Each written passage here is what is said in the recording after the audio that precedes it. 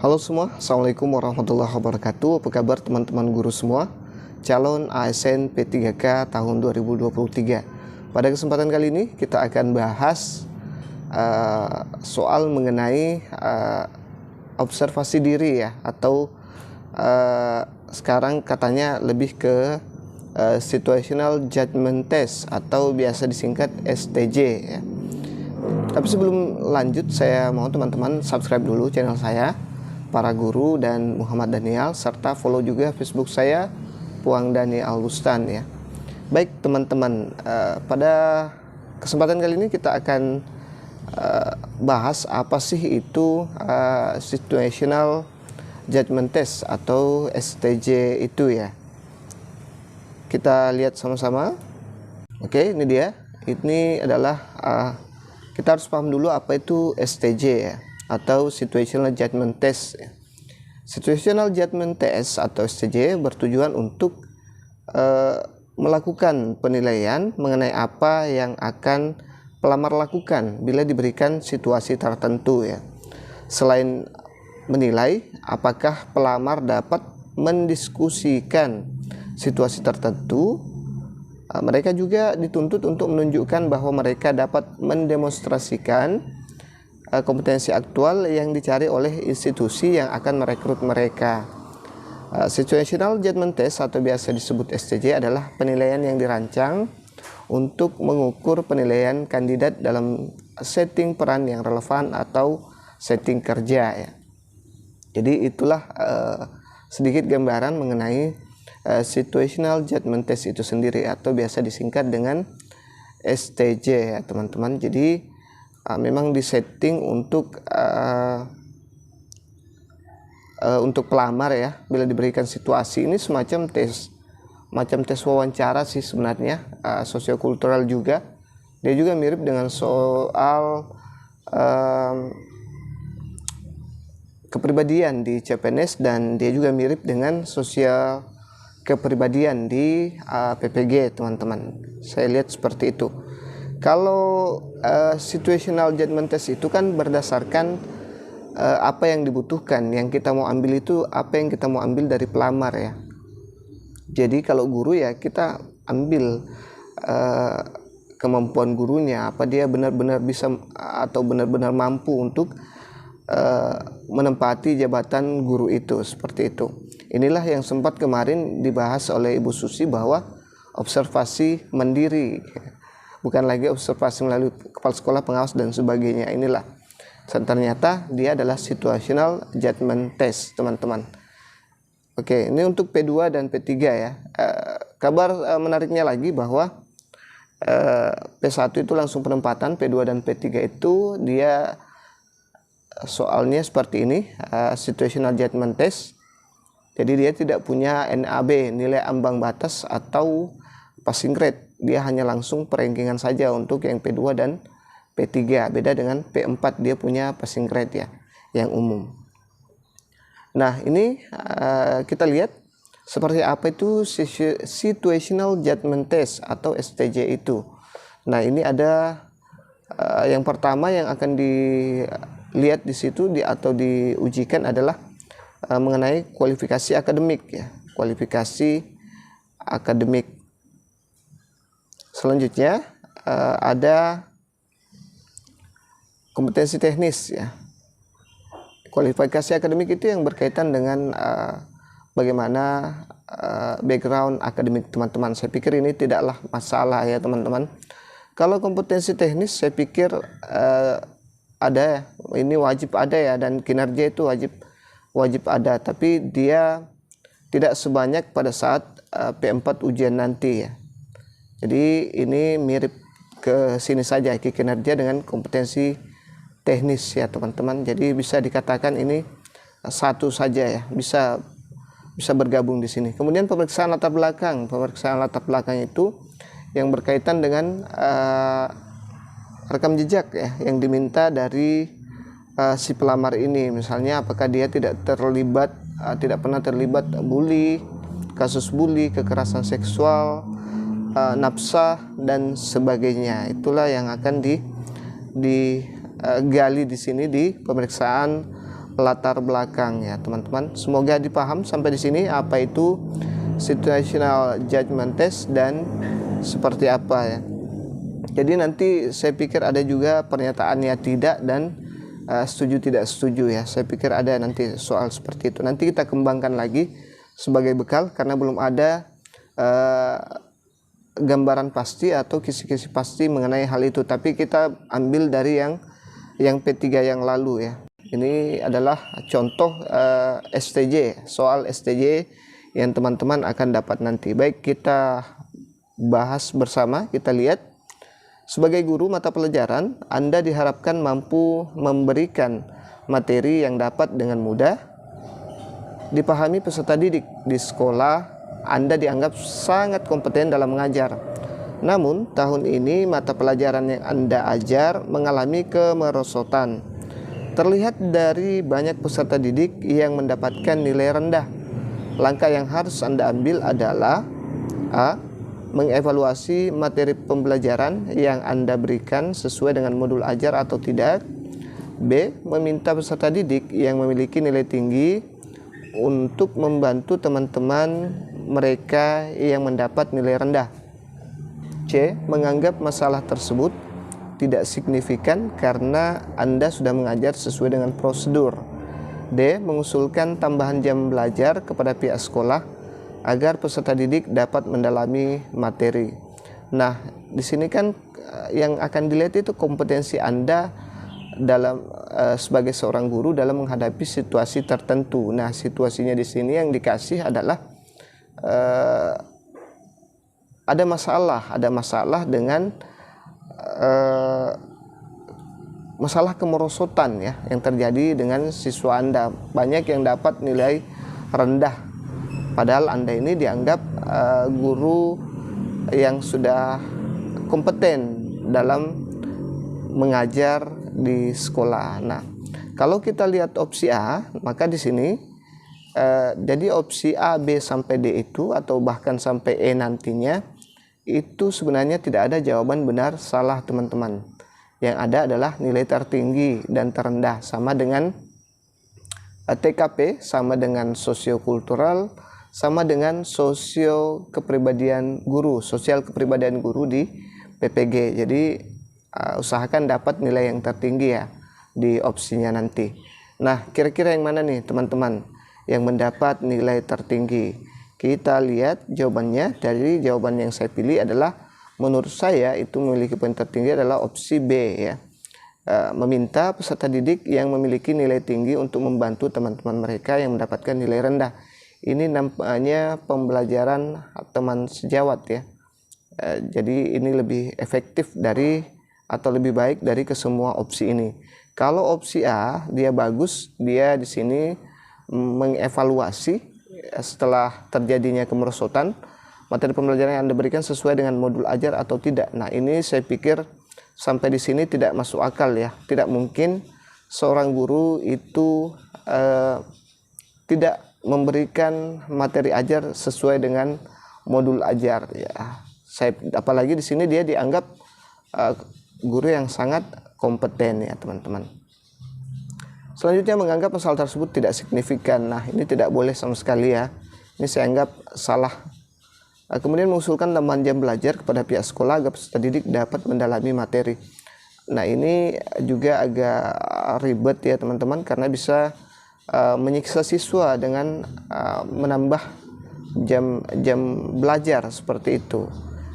Mungkin kita bisa, tapi siswa kita mungkin punya kendala ya dengan tambahan ini. Bahkan mereka cenderung akan stres kalau dipaksa belajar terus ya teman-teman. Jadi opsi terbaik adalah opsi B. Baik, kita lanjut ke soal berikutnya. Yang tidak sepakat atau punya opsi lain silahkan dibalas di komentar ya atau berkomentar. Berdasarkan hasil evaluasi yang diisi oleh peserta didik, banyak yang mengeluhkan sikap Anda dalam mengajar, yaitu terlalu sering memberikan tugas kepada peserta didik. Meskipun begitu, banyak pula peserta didik yang lebih memilih materi setelah mengerjakan tugas yang Anda berikan. Langkah yang sebaiknya Anda ambil setelah mengetahui hasil evaluasi tersebut adalah A. Membuat kesepakatan dengan peserta didik mengenai proses pembelajaran dan dampaknya. B. Tetap memberikan banyak tugas kepada peserta didik sesuai dengan prinsip Anda.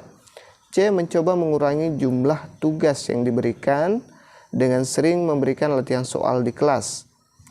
D. Menghentikan pemberian tugas yang dianggap memberatkan peserta didik. Nah, ini soalnya sebenarnya agak hot ya teman-teman. Saya sengaja ambil. Nanti kita kalau soalnya latihannya itu hot, nanti akan mudah menjawab soal-soal yang aslinya, akan lebih mudah. Tapi nanti juga saya akan kasih soal-soal yang ringan yang berhubungan dengan situational judgment test ini teman-teman. Ini memang langsung saya kasih soal yang hard ya. Bisa dibilang dia nilainya 4 tingkat kesulitan. Agak susah dibedakan yang mana yang terbaik. Oke. Nah, teman-teman bisa jawab dulu, coba ya, pause dulu, jawab, baru kita lanjut videonya. Nah, kalau saya lebih cenderung memilih opsi C sebagai opsi yang paling memiliki nilai tertinggi ya teman-teman. Ini dia. Kita lihat yang A, membuat kesepakatan dengan peserta didik mengenai proses pembelajaran dan dampaknya. Ini saya pikir tidak perlu lagi ada yang seperti ini, karena harusnya kesepakatan itu di awal ya. Tidak perlu lagi ada kesepakatan mengenai proses pembelajaran, karena ini sudah evaluasi ya, sudah evaluasi teman-teman. Memberikan tugas. Nah, ini dia seperti yang ingin bersepakat dulu dengan siswanya. Jadi saya pikir kurang bagus. Tetap memberikan banyak tugas kepada peserta didik sesuai dengan prinsip Anda. Kalau dipaksakan tetap seperti ini, maka hasilnya juga akan sama dengan seperti ini ya. Siswa juga akan tetap mengeluh dan mereka cenderung malas belajar lagi ya. Kalau mereka bosan ya, tertekan dan sebagainya, karena terlalu sering diberikan tugas ya. Baik, selanjutnya, kalau ini tidak ada perubahan ya, jadi saya anggap salah ya. Kemudian menghentikan pemberian tugas yang dianggap memberatkan peserta didik. Kalau kita sekaligus menghentikan pemberian tugas itu, maka tambah lebih jelek lagi dampaknya. Bukan lagi jenuh, tapi siswa akan dapat apa kalau kita tidak memberikan tugas kepada siswa kita itu.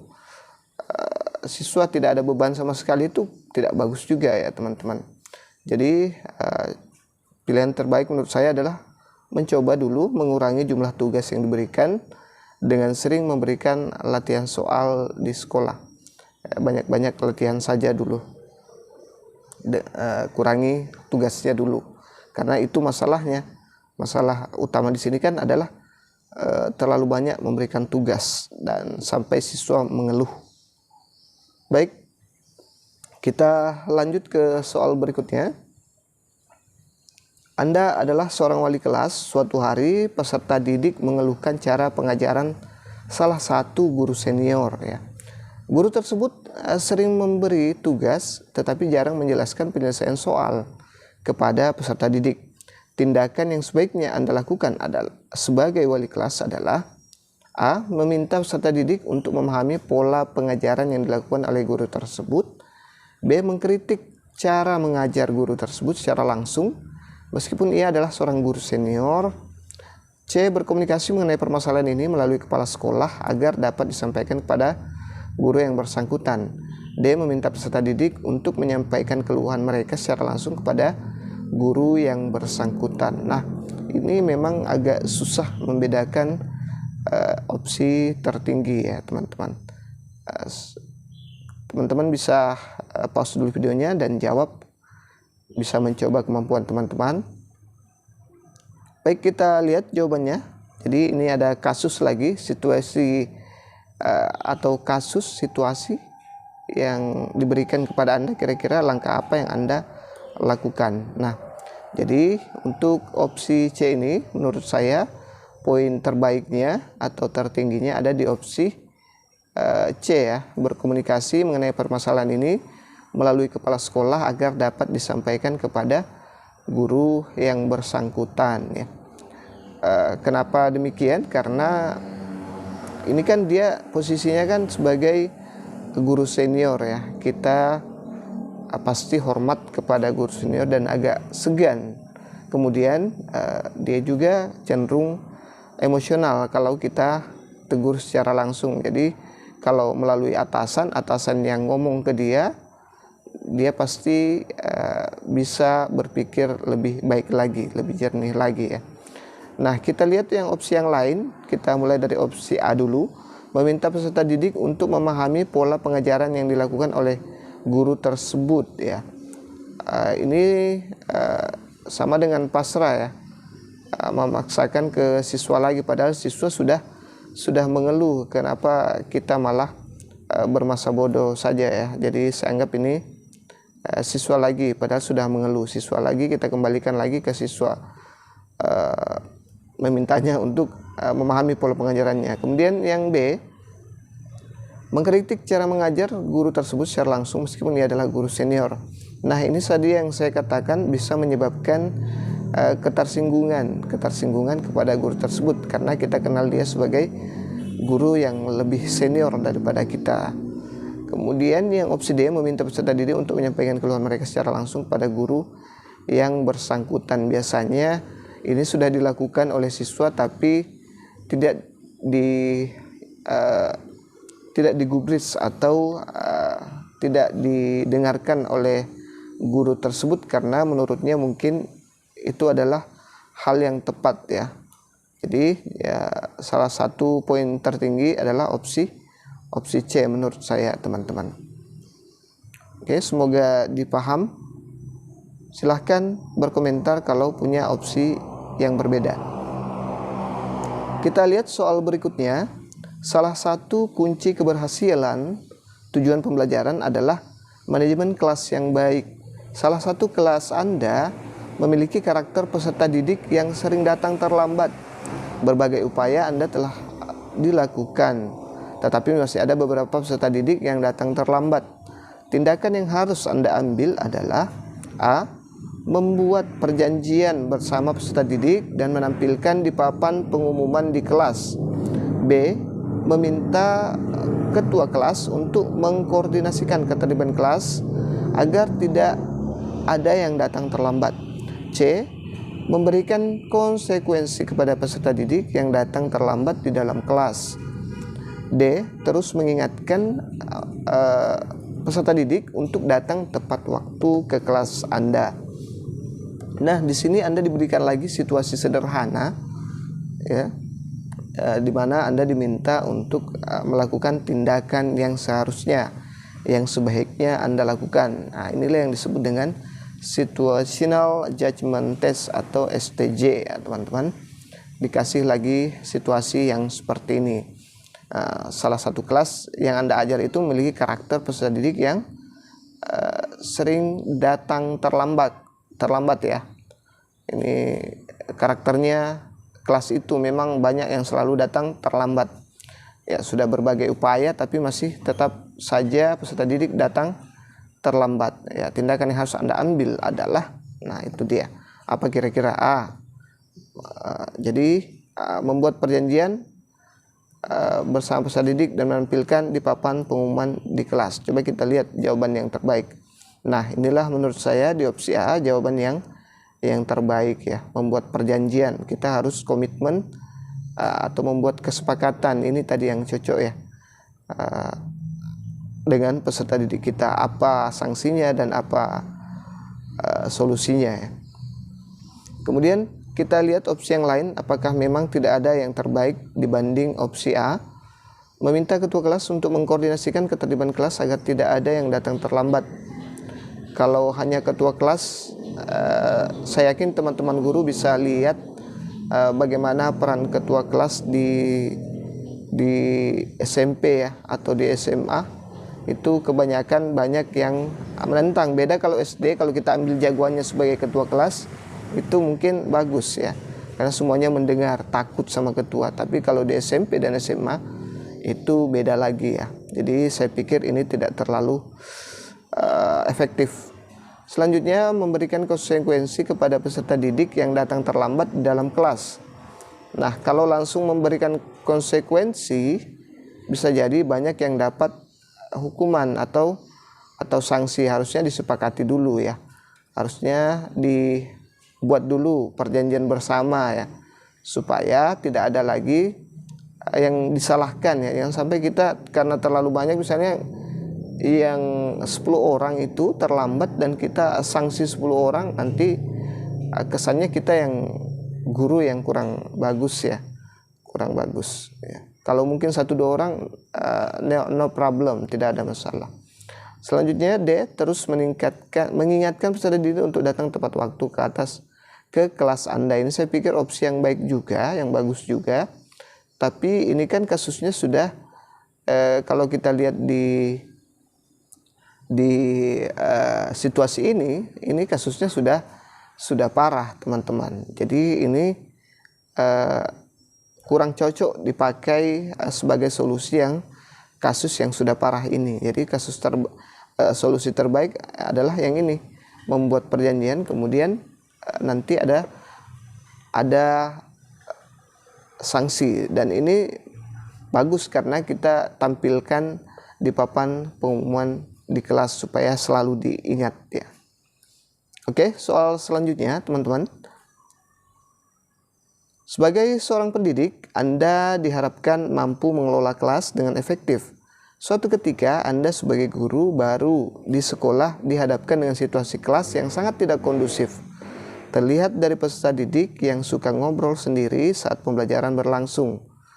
Tindakan yang harus Anda ambil dalam mengatasi situasi tersebut adalah A. Memberi perjanjian pembelajaran bersama peserta didik. B. Mencari metode pembelajaran yang sesuai untuk setiap kelas. C. Memberikan tugas tambahan kepada peserta didik yang ngobrol sendiri. D. Menegur secara lisan peserta didik yang ngobrol sendiri. Nah, ini beda lagi kasusnya ya. Jadi kita dikasih kasus terus. Selama tes observasi itu, tes situational test itu, kita akan dikasih terus kasus-kasus ya. Contoh-contoh kasus dan bagaimana cara terbaik untuk menyelesaikannya. Ini ada lagi yang suka ngobrol sendiri ya. Nih, bagaimana kita mengelola kelas dengan efektif ya. Nih,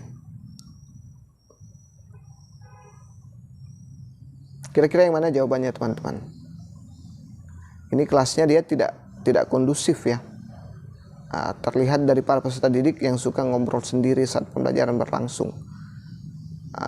Kira-kira yang mana? Baik, kita lihat jawabannya. Jadi jawaban yang terbaik menurut saya adalah opsi B ya. Kita guru harus pandai-pandai mencari metode yang terbaik, yang cocok untuk kelas yang notabene-nya suka ngobrol sendiri, suka ribut. Nah, biasanya itu kelas yang suka ribut, saya kasih game kalau saya ya teman-teman. Saya kasih game atau saya kasih kuis, itu lebih efektif karena mereka sebenarnya adalah orang-orang yang aktif bicara seperti itu kalau saya ya. Jadi solusinya adalah mencarikan metode atau pembelajaran yang sesuai untuk setiap kelas. Kalau opsi A, membuat perjanjian pembelajaran bersama peserta didik. Nah, ini sebenarnya tidak perlu ya teman-teman. Ini terlalu gimana gitu ya.